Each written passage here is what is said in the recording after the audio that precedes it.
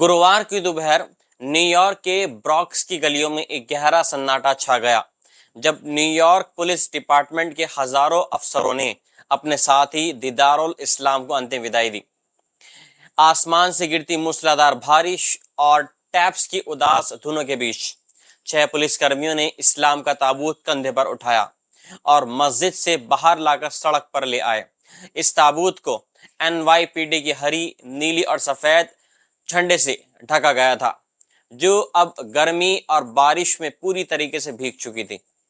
ये दृश्य किसी फिल्म की तरह नहीं, बल्कि असल जिंदगी में एक ऐसे सिपाही की विदाई का था जिसने इस शहर के लिए अपनी जान कुर्बान कर दी। 36 साल के दीदारुल इस्लाम, जो 2 बच्चों के पिता थे और तीसरी की राह देख रहे थे, सोमवार को मिडटाउन मैनहट्टन की एक ऊंची इमारत में ड्यूटी के दौरान गोलीबारी में मारे गए। वे उस वक्त पुलिस की वर्दी में नहीं थे, लेकिन एक निजी सुरक्षा गार्ड के तौर पर काम कर रहे थे। हमला अचानक हुआ और कुछ ही पलों में उन्होंने अपनी जान गंवा दी। उनका अंतिम संस्कार पार्क चेस्टर की जामे मस्जिद में किया गया, जो उसी इलाके में है जहां वो रहते थे। वहां न सिर्फ पुलिस अधिकारी मौजूद थे, बल्कि मुस्लिम समुदाय, स्थानीय लीडर्स और उनके परिवार के लोग भी भारी संख्या में जमा थे। एनवाईपीडी की कमिश्नर जेसिका टिश ने बेहद भावुक अंदाज में उन्हें श्रद्धांजलि डिटेक्टिव फर्स्ट ग्रेड का दर्जा दिया और उनकी पत्नी से गले लगकर संवेदना जताई।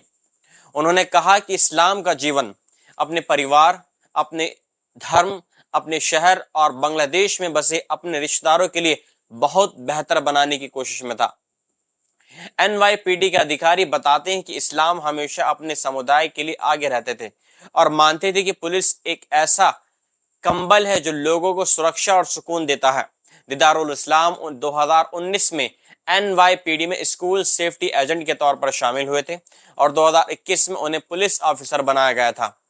उनकी सेवा भावना, सरलता और निष्ठा उन्हें दूसरों से अलग बनाती थी। उनके साथ ही उनके जीजा कमरुल हसन ने उन्हें अपना सबसे अच्छा दोस्त, रक्षक और एक सच्चा नेता भी बताया है। उन्होंने कहा कि दीदारुल हमेशा सबकी जरूरतों का ख्याल रखते थे। एनवाईपीडी के डिप्टी इंस्पेक्टर मोहम्मद अशरफ ने कहा कि दीदारुल सिर्फ इस शहर के लिए ही नहीं, बल्कि बांग्लादेश के भी बेटे थे।